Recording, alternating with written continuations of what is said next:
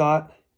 I was taking a shower, and you don't need to change the world. That's what I want to talk about. You don't need to change the world. A lot of us get crippled by this thought of, I need to do something that changes the world so that my life means something. I've had the thought before. I want to do something so great, but I'm realizing, no, I don't. I need to obey God. I need to seek Him. And in doing that and being faithful to Him and His word, the world will change. Simply put, you seek God, you obey Him, and He will put things in order in your life that don't make sense to you in the moment, but you're going to look back and say, oh my goodness, God was orchestrating this crazy plan. And that will save you a lot of time and mental anguish because, like I said in another video that I had posted, we often want to figure everything out and say, what am I going to do the rest of my life? Who am I going to marry? Where am I going to live? And this just leads you to anxiety. Instead of just saying, look, I'm going to trust God in the next step. What am I doing now? Boom, let's do that. Let's do that. Let's do that. And be faithful in the little things. Then God will work His miracles, not ours, okay?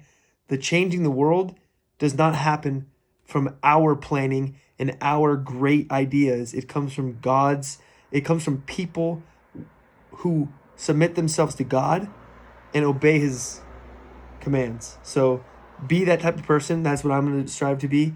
And then we can trust that God's plans will change the world.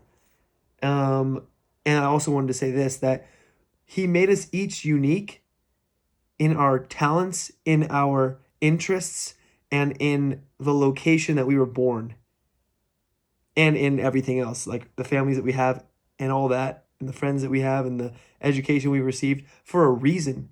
It's because we're all meant to be where we are so that we can impact change in that area. You know what I'm saying? So I had this thought about Nelson Mandela, and who better to lead the fight against apartheid than a man who was born in that culture, who went to prison for fighting it, then came out and eventually was one of the main leaders to stopping the apartheid. It's just crazy because, like, a lot of people would say, oh, I would love to do something like that, but Nelson Mandela didn't know he was going to do this. He just submitted himself to God, and he was the person to do it because God put him, as a black man in apartheid South Africa. He went to jail, prison for years. I think it was 15 years. And in the moment, Nelson was probably like, what am I doing? God, what are you doing? And ultimately, it worked out for God's glory. This man with unique characteristics, living in a difficult situation, trusting in God, and eventually like freeing a lot of people, from oppression. And that's just a crazy example of how you don't really know the full story until the end. So stay faithful and look out for what your unique gifts and abilities are and where you're from, and just do that. And I can even speak from my own situation. I played football in America, in Los Angeles, and eventually ended up having an opportunity to play football professionally in Germany. And that's part of the reason why I'm here now.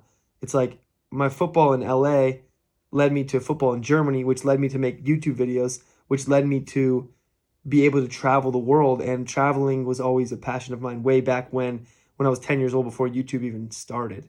So it's just kind of crazy how things work as we go step by step. I'm not saying I did that perfectly. I definitely did not trust God step by step perfectly without anxiety, but I've always tried to keep Him number one. And as I get older and older and older, it's like, dang, that just becomes clearer and clearer and clearer that the peace that God gives is way more important to me in my life than having it figured out or being this crazy world changer. I just want to be peace filled and focused. That's it. Good night.